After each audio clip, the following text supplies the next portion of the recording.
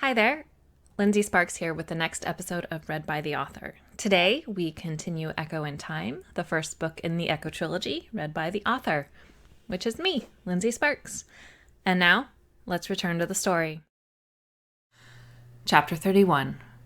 My dear Alexandra, the richest, most melodious voice said in a language I only understood because Nguyen had taken the effort to teach me years ago. I see it this time, but then it has always been time. Always and never. I feel like that's not like rich and melodious. That's more like crotchety and old. My dear Alexandra, the richest, most melodious voice said in a language I only understood because Nguyen had taken the effort to teach me years ago.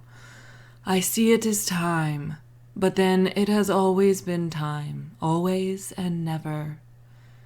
Nguyen? I asked, and though my voice was hushed, it echoed all around me. I spun in place, taking in the crystalline beauty of everything. It was as though I was in a small cavern fashioned entirely from quartz, the barely opaque walls resembling the frozen stream of a waterfall. Stepping toward the nearest surface, I watched in awe as everything within the chamber shifted with me, like it was an exoskeleton. Nguyen, where are you? I asked in his language. Glancing up at the ceiling, I was almost surprised not to find any stalactites. I added, Where am I? The Ott? Why, my dear Alexandra, you are in a time of my own creation. While only your Ba can enter the Ott, your entire being is here. I spun again, facing the direction his voice had come from, but Nguyen was nowhere in sight. How did I get here? I asked into empty space. By my power, of course, Nguyen's disembodied voice answered. I left the tiniest sliver buried deep within you the first time I visited you, when I solidified your role as the Meswet. It awakened when you touched the chest. To my complete and utter shock, Nguyen stepped out of the wall. He didn't step through the wall as if it were composed of nothing more substantial than smoke, but seemed to emerge from it. It was almost like he was made from the wall, his shape taking on form and color as he broke free from its hold. Hundreds of questions whirled in my mind, but Nguyen's presence made them impossible to grasp. He stood several steps away, resplendent in exotic ancient robes of white, gold, and teal. He was naked of jewelry, but then, besides the brilliant colors swirling around in his eyes, any precious metals or gemstones would lose their splendor. As he moved closer to me, I couldn't help but notice that, unlike me, he wasn't anchored to the chamber. He moved, and the walls stayed put. I didn't know if I'd ever see you again, I said, sounding teary. My God, I forgot how much he looks like Marcus. Nguyen reached out and cupped the side of my face with his hand. I didn't know until a few moments ago. I just left you in the Ott, watching yourself play as a child. It was never certain you would make it this far. Indeed, it was not the most likely outcome. Leaning into his hand, I frowned. But the prophecy, your prophecy, it said I would get into the chest. No, dear Alexandra. It says that you, and only you, could get into the chest, not that you would. As I lost myself in his luminous, multicolored eyes, he continued, There were other routes I could have taken, other bloodlines I could have pursued that would have produced a Meswet with slightly higher odds of making it this far. What? I asked, pulling away from his hand. Suddenly I felt cold and alone. So it didn't have to be me? You could have chosen to dump all of this torture and pain and danger on someone else? Nguyen watched and, smiling, nodded. Yes, that is precisely what I'm telling you. And though I gave you a life with pain and danger, I also led you down a path toward the purest, strongest connection possible between two sentient beings. Very few have experienced such intense, beautiful emotions. Most would tear the world apart just to feel such a thing for a few moments. You and Haru may have it for eternity." "May," I repeated. "Set will kill him if I don't hand over your power. And then what? Then I have nothing. Then I die too."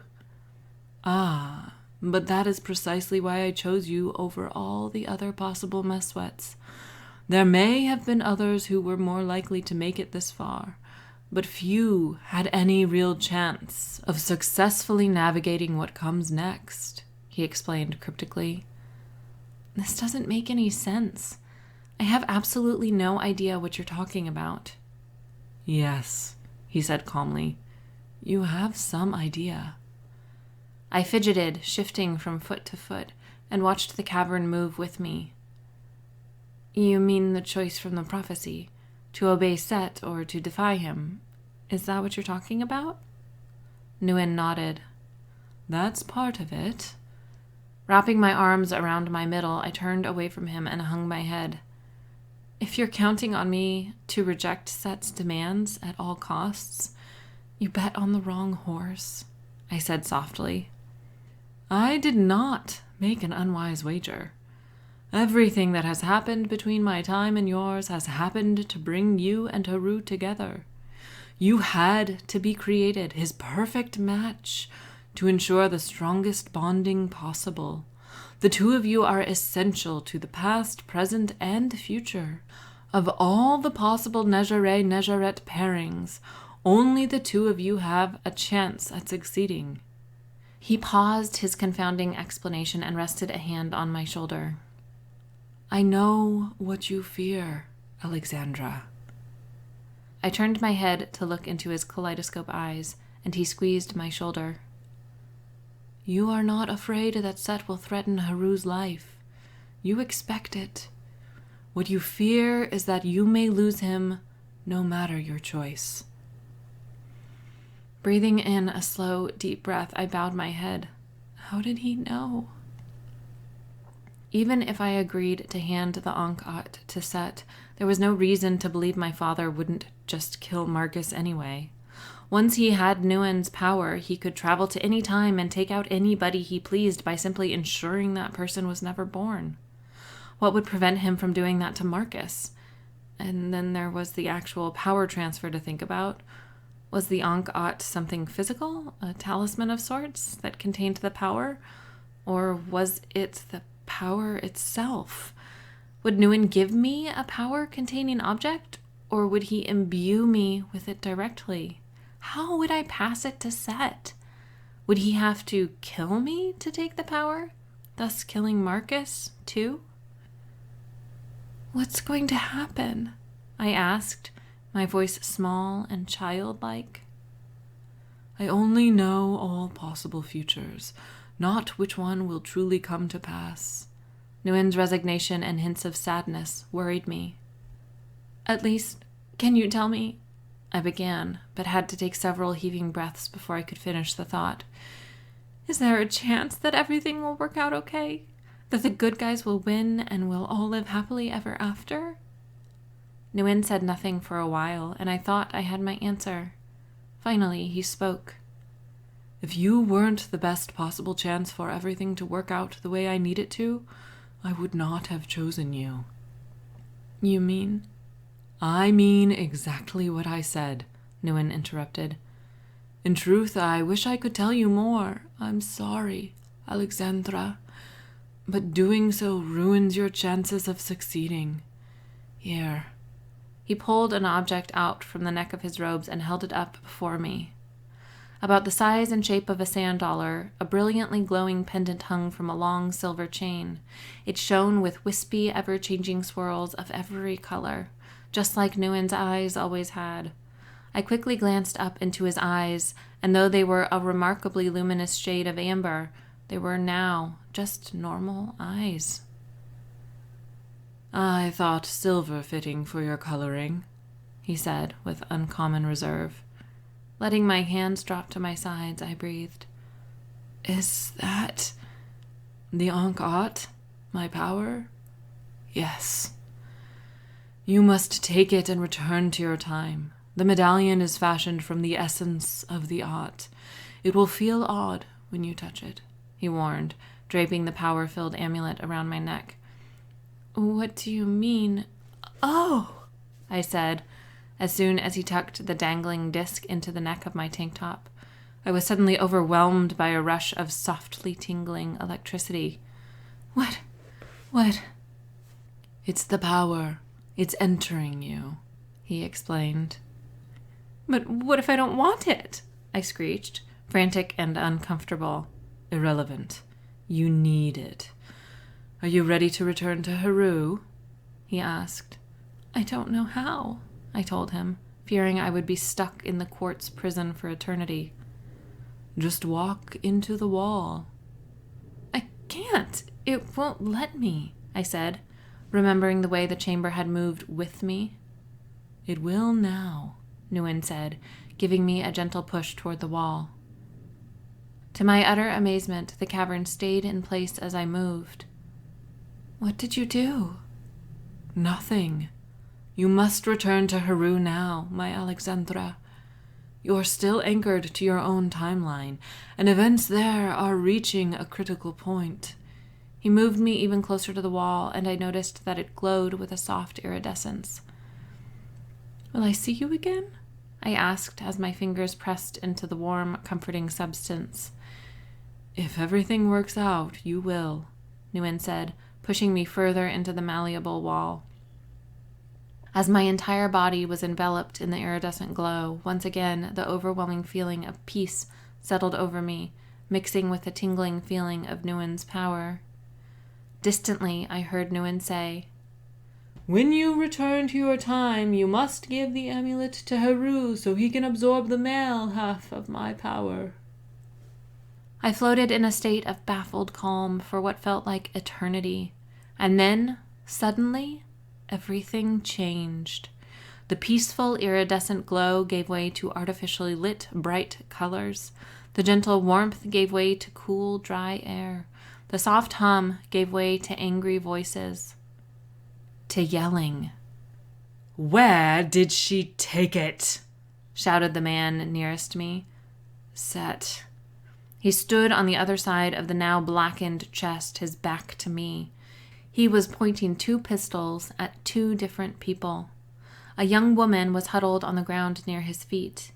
She was shaking with silent sobs, her face frozen in terror as she stared down the barrel of one gun. Oh my God, Jenny! Several paces beyond Set, Marcus stood with his hands outstretched, placating my enraged father. The second gun was aimed at his forehead.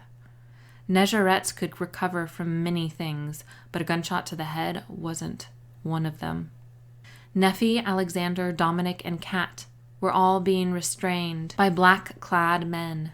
Knowing that few humans could match a Negeret in speed, strength, and skill, I assumed the men were Negerettes as well. Well, this is just swell. Miraculously, nobody had noticed my abrupt arrival. I removed my hands from the chest's apparently charred surface, and for the first time in all the chaos, noticed that the tingling had stopped. Is the power transfer complete? Shouldn't I feel different? Did it even work? I yanked the amulet out of my tank top by its chain and stared. It still swirled with luminous colors but lacked the reds, yellows, and oranges it had once contained. Interesting. If you don't tell me where she went, I'll kill her sister, and if you still refuse to answer, I'll kill your daughter, Set said, boiling with raging hysteria. I'd really prefer it if you didn't, I said, my voice strong, resonant. It had the desired effect. Every set of eyes snapped to me. I latched onto Set's, black as onyx, holding them without fear. You want Nguyen's power? I pulled the chain over my head, held the glowing amulet in my hand, and raised my arm. Catch! Set's expression changed from shock to excitement as I spoke, and then to pure, unbridled fury as he saw the trajectory of the amulet, of Nguyen's power. It arced over him and landed with a faint thump in Marcus's hand. "No!" Set screamed. "You little bitch, how dare you, traitorous, ungrateful whore. That's mine."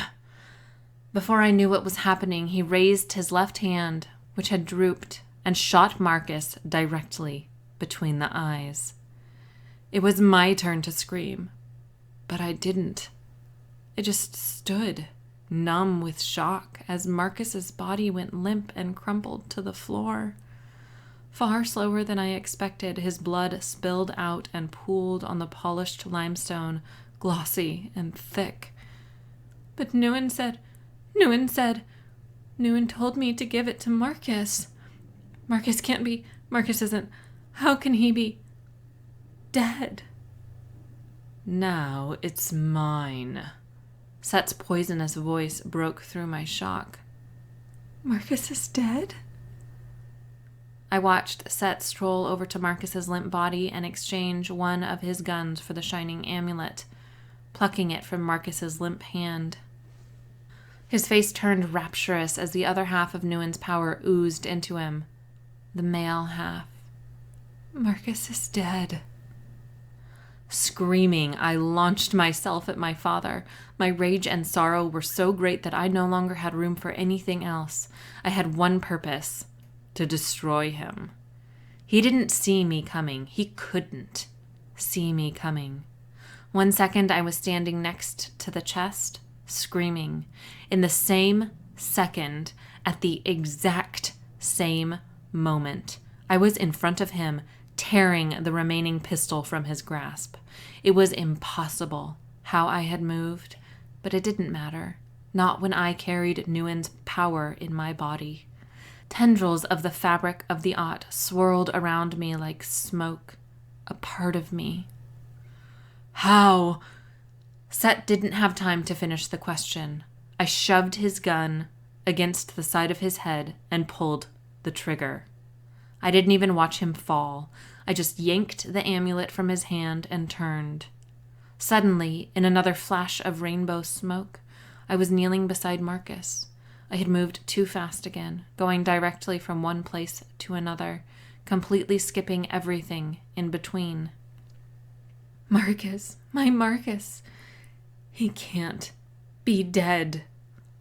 Keening, I rocked beside his body. I felt hollow, numb, wrong, broken.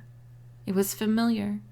I had done this thousands of times before, but he wouldn't come back this time. No other version of Marcus would suddenly appear. Marcus was gone. I won't let him be dead. I needed him. I couldn't live without him. My body would literally die, deprived of his bonding pheromone. But beyond that, I didn't want to live without him. The sorrow was too much. I was drowning in the missing. Death would be a relief. I would prefer death. Staring at his body, hearing my moaning wail, I realized I was wrong. I would prefer life with Marcus to death without him. I had to do something else. I had to do something. Lucky for me, I could do something else. I screamed. Like ripples on the surface of a pond, time wavered around me and stilled. I screamed again. Everything shivered. Slowly, in flashes, the scene changed.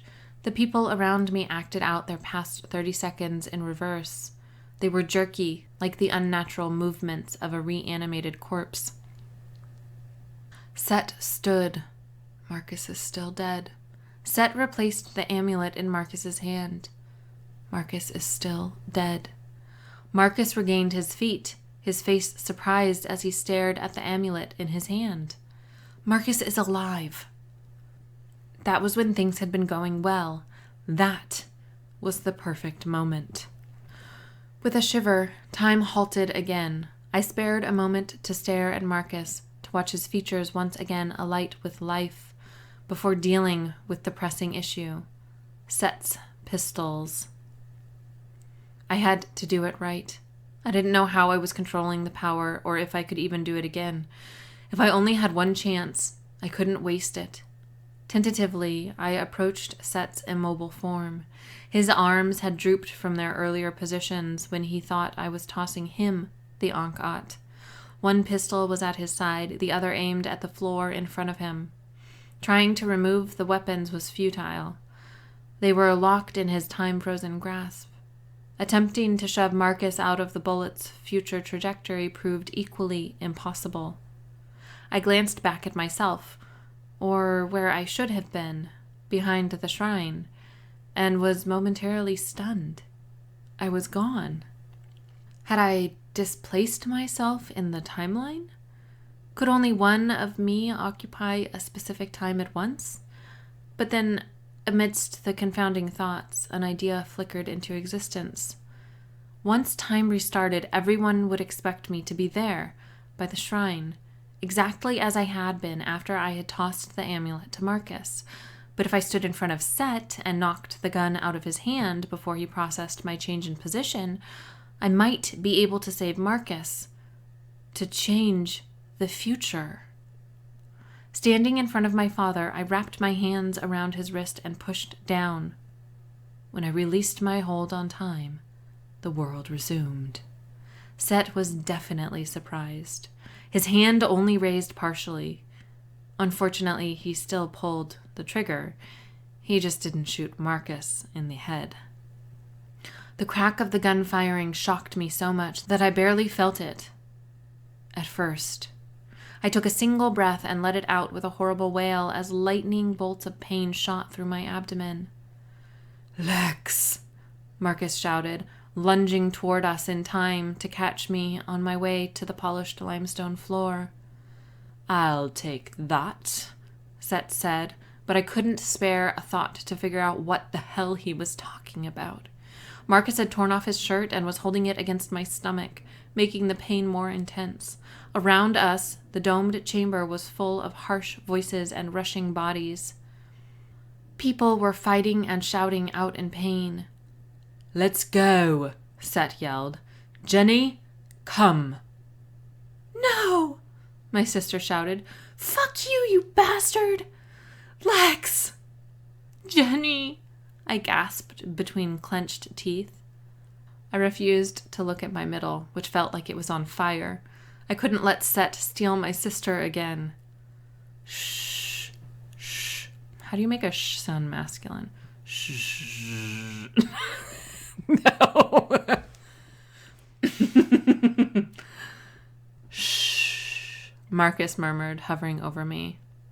I heard Set mutter, "Not worth the trouble," then shout, "Move, you imbeciles," just before Jenny scooted to my side.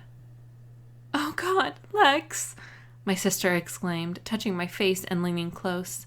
She looked up at Marcus. "Is she going to be okay?" A soft clink barely registered as I stared into Jenny's frightened eyes.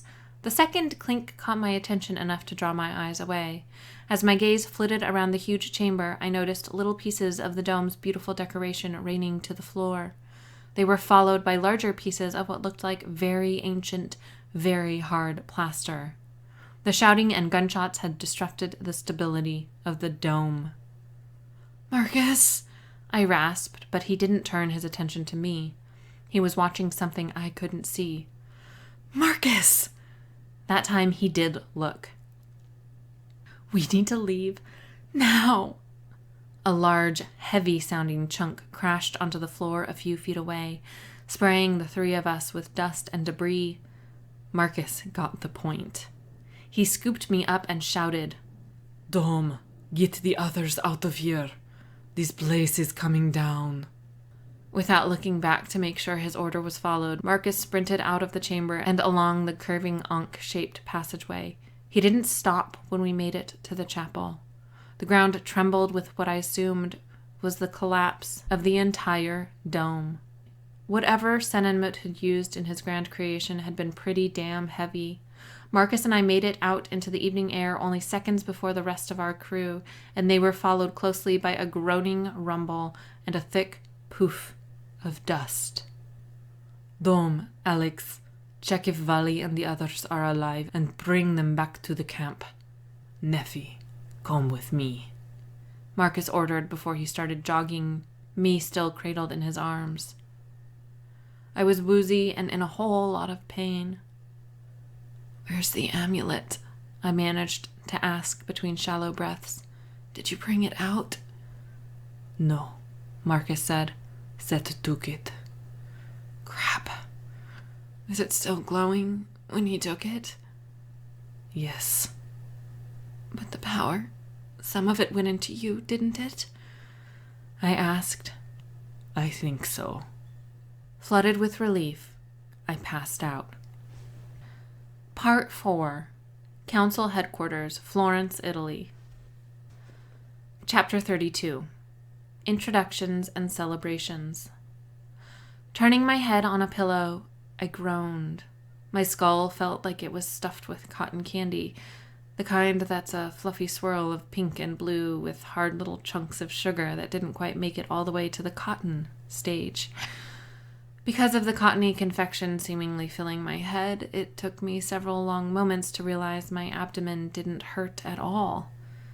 God, I love regeneration, I thought lazily. Cracking one eyelid open, I peeked at my surroundings. Everything in the room was gilded or flowery or carved in an extravagant manner, and everything was compact. It was like the maker of each piece of furniture had been trying to make up for its petite size by adding an overabundance of decoration. I rolled over, half expecting to find Marcus asleep beside me. I was more than a little disappointed to find the other side of the bed empty and tidily made. Where's Marcus? Where am I? Sitting up, I shook my head to clear the webs of cotton candy. I twisted, dangling my legs over the side of the bed so the balls of my feet brushed a soft crimson and gold Persian rug. I slipped my bare feet into gray, velvety slippers and found a floor-length silk robe draped over a chair by the window. It was a monochromatic crimson so deep it almost looked purple.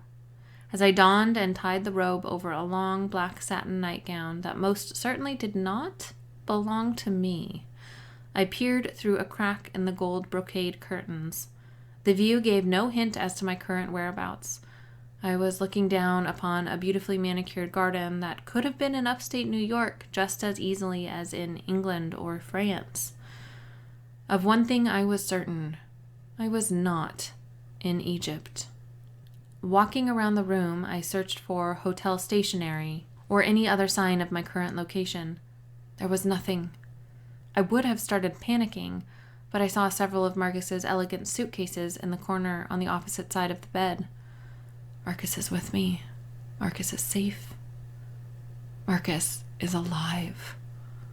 Stop it, it never happened.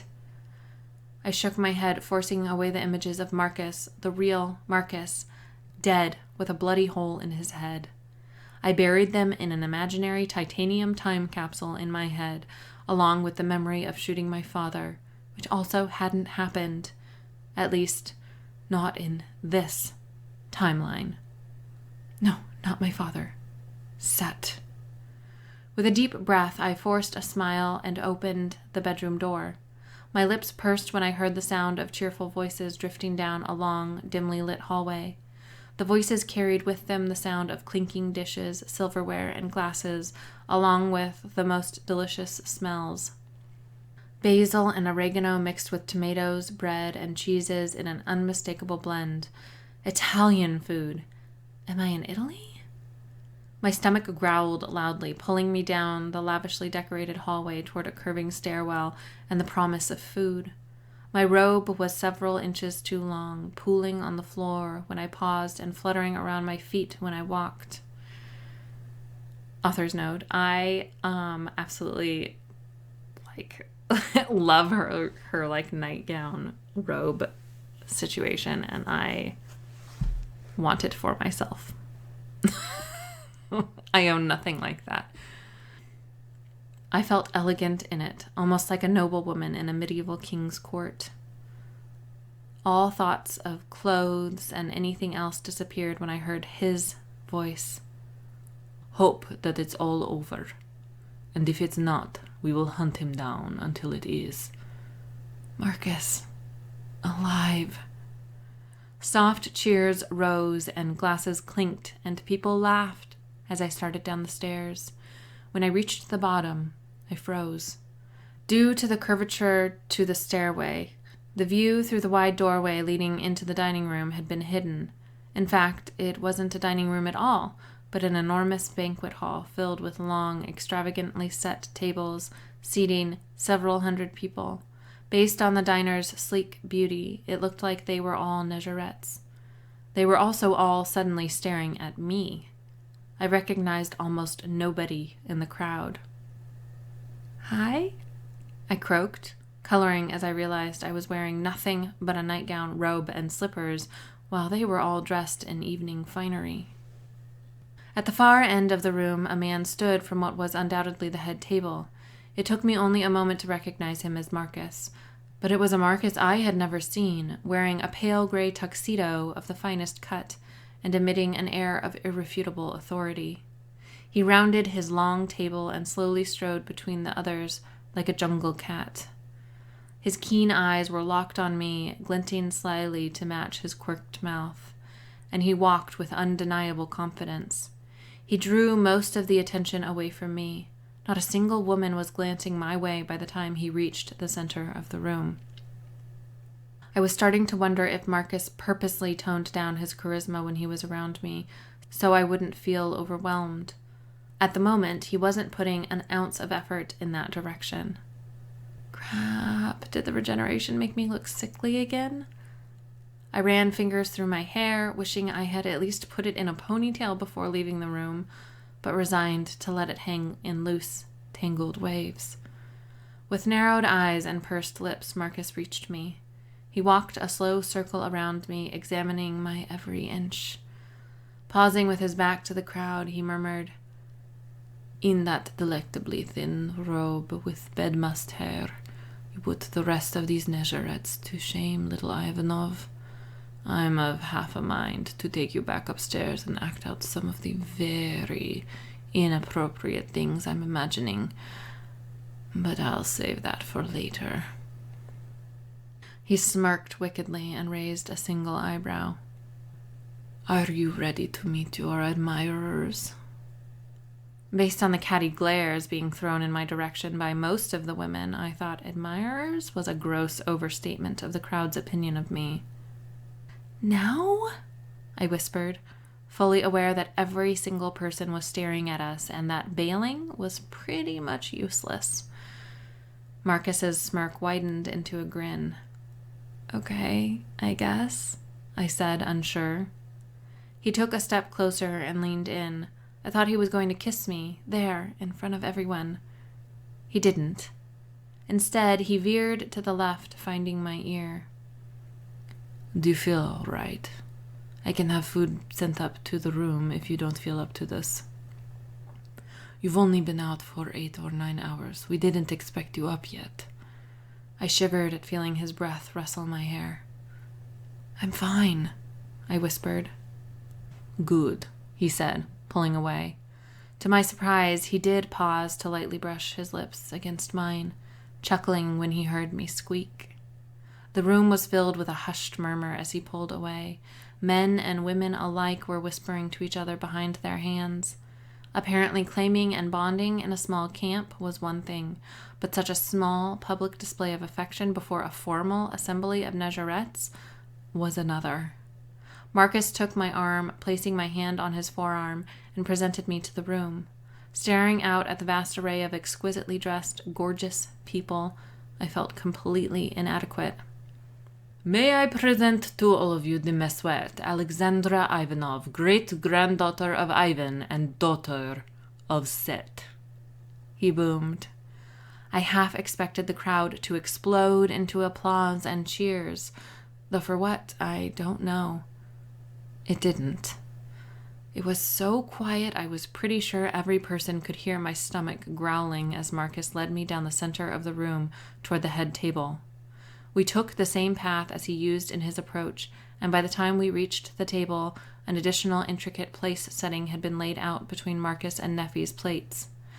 Sitting in the chair Marcus pulled out for me, I tried to ignore the scrutinizing eyes prodding me from every direction.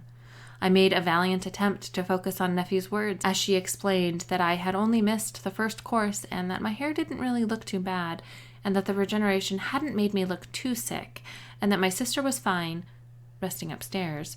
But my stupid Nezarette hearing perked up as various women throughout the hall made audible judgments. Author's note. I wish I could...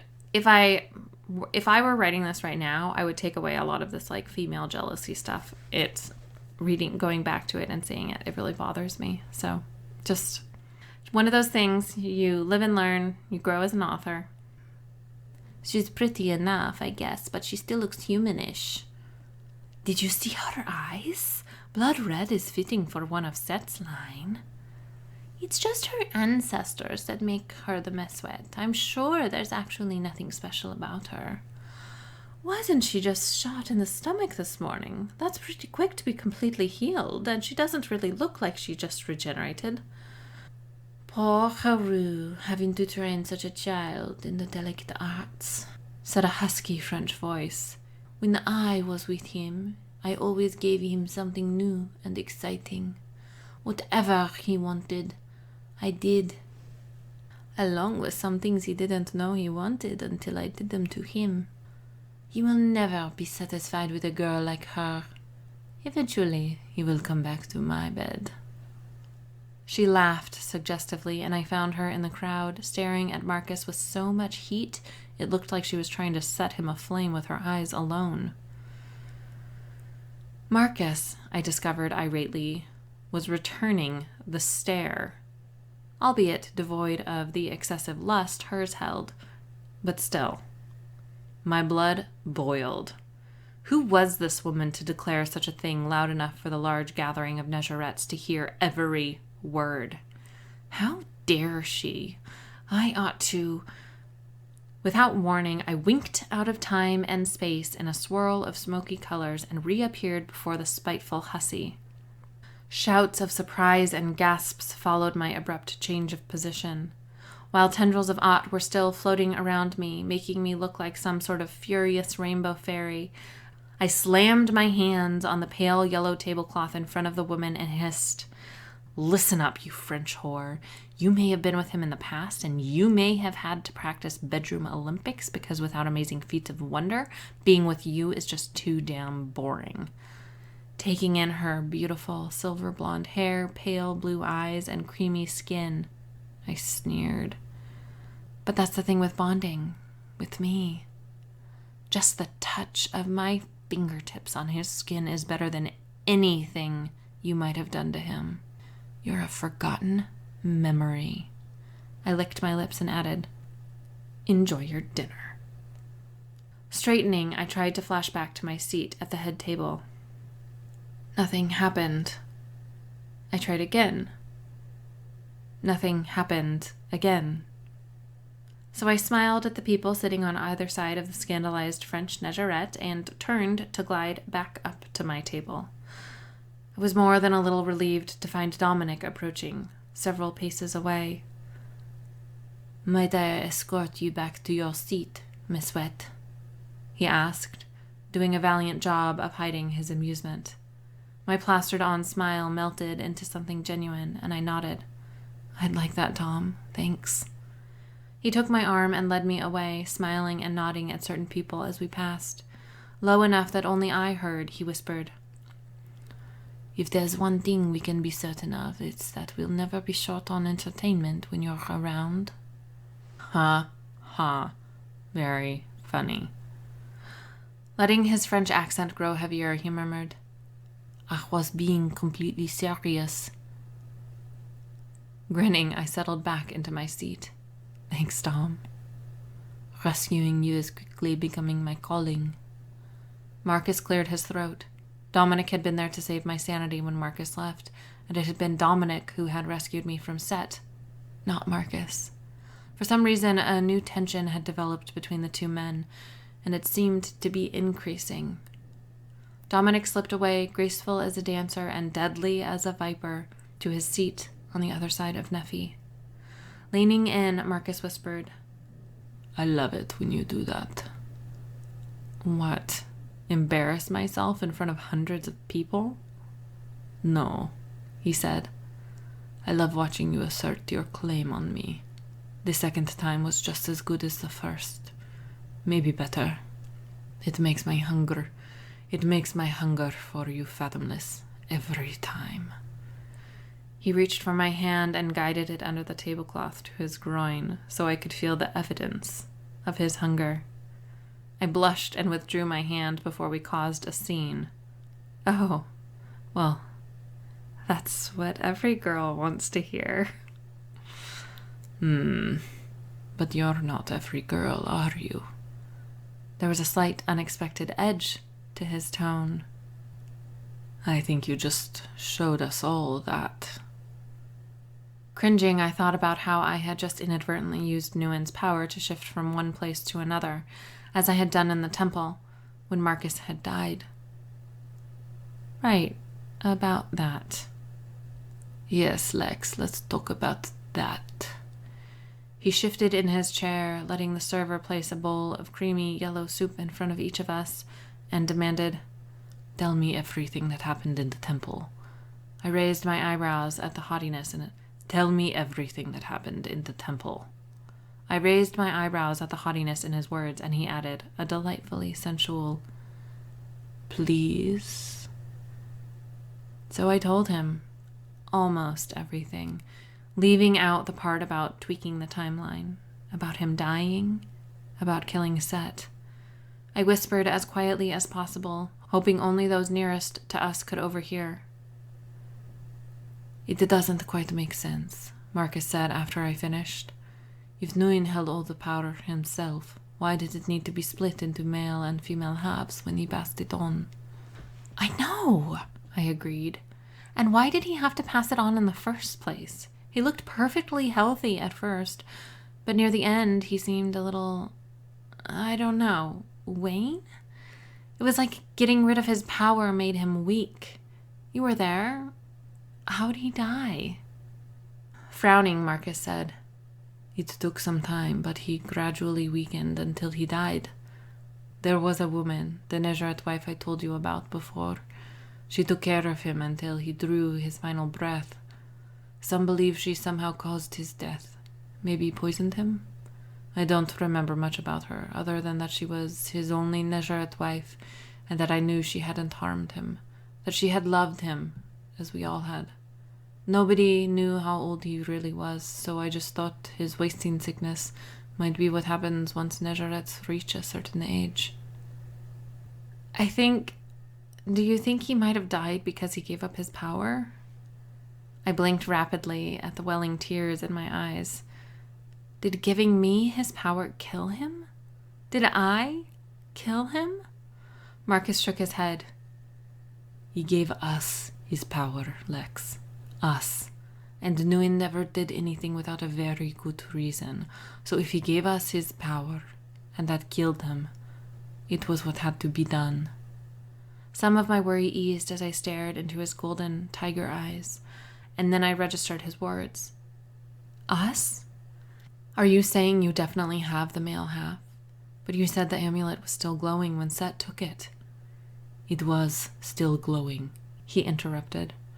But it was faint. I'm certain I absorbed some of the male half, although I have no idea how much or what that really means. So Set at least has some of the power too. I frowned, thinking, has anyone checked on the nothingness? He nodded.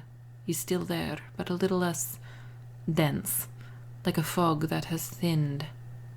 Damn, I said with a sigh. Maybe controlling the nothingness is part of Nguyen's power? Maybe that's the part that Set absorbed? Marcus snorted. I honestly haven't the slightest idea. Do you think Set knows about the two halves? That I have half of Nguyen's power roiling inside me? I asked. Probably. He did see you do your disappearing act in the temple. He squeezed my thigh under the table before picking up his spoon. Eat, you must be famished.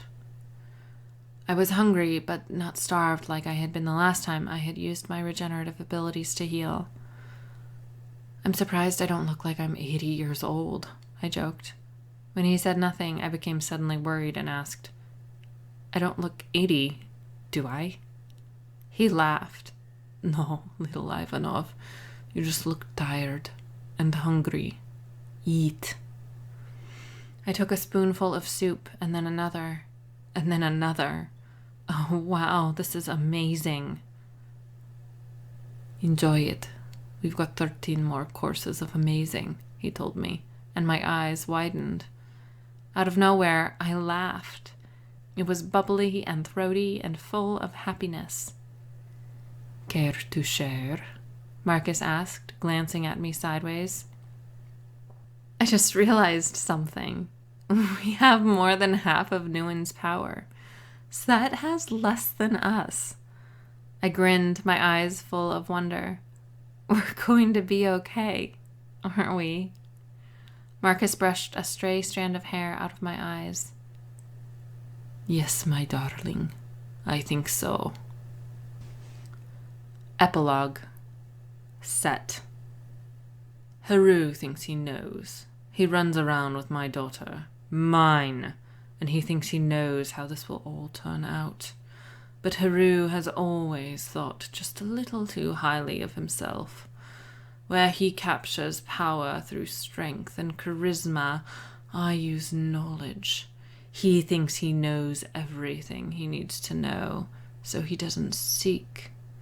I seek. I seek. Listen. Learn. Know. I know about her. I know about him. I know about the power. And I know about Nguyen, what he is and what he's planning. I know, so I have the power. This concludes Echo in Time, the first book in the Echo Trilogy. I will be continuing to read the Echo Trilogy on this show with Resonance, which will be season 2 of the show. We are going to take a brief break from my books for a in-betweeny season with my dear author friend Tara Benner and her novella, which is called Blood Ties, and it's the prequel novella to her contemporary fantasy, small town, I believe she calls it it's like Gilmore Girls meets urban fantasy or something along those lines. It's super fun. And the series is called Witches of Shadow Mountain. So next, if everything works out, the next episode will be part of the in-betweeny season, so season 1.5, which will be Blood Ties by Tara Benner. And I think when she and I talked last, we were thinking this novella was going to end up being 4 episodes long. So we'll have just a month-ish break from Echo World, and then we'll be back with season 2. So there will be an episode every week with Blood Ties by Tara Benner, and then we'll be back with Resonance for season 2, which is the it's like book 1.5 in the Echo Trilogy. It's the novella that takes place immediately after Echo in Time and immediately before Time Anomaly. And then if I have another author ready who wants to come on and share their story after Resonance, then they'll get another in-betweeny season 2.5. Otherwise, we will just go straight into Time Anomaly after Resonance. So that is what we have to look forward to this summer. So thank you so much for joining me and listening to Echo in Time. This book is so near and dear to my heart. This series I clearly love because I just continue to write, or this world, the Echo world, I clearly love because I just continue to write new series in this world. I think that there is currently, if you count the novellas as books, there are currently, so there's the Echo Trilogy, which is 3 books plus 2 novellas, so let's say 5. And then there's the Cat de Bois Chronicles, which chronologically follows after the Echo Trilogy, and that's 6 books, so that's 11 books. And then I just released a couple months ago A Song of Scarabs and Fallen Stars, which is the first book in the Fateless Trilogy, which picks up at the very end of the Cat de Bois Chronicles, the final book, Afterlife. So that's 12 books now in this world. And there's definitely going to be 3 books in the Fateless trilogy. And it is not, my brain is making me think that this world is not closing up after that it's just going to keep going. So I am currently planning on just continuing on with reading these each week for this show. I really genuinely love reading out loud, and I love revisiting these stories, and I love getting to share some of my little thoughts that I have while I'm reading them now, and any thoughts that I remember having when I was writing them. And also, it's just kind of hilarious to attempt these accents. Like, I don't know what my deal is with including these crazy accents in my books, but it's really difficult. So, note to self on future books, like, tone down the accents. Check.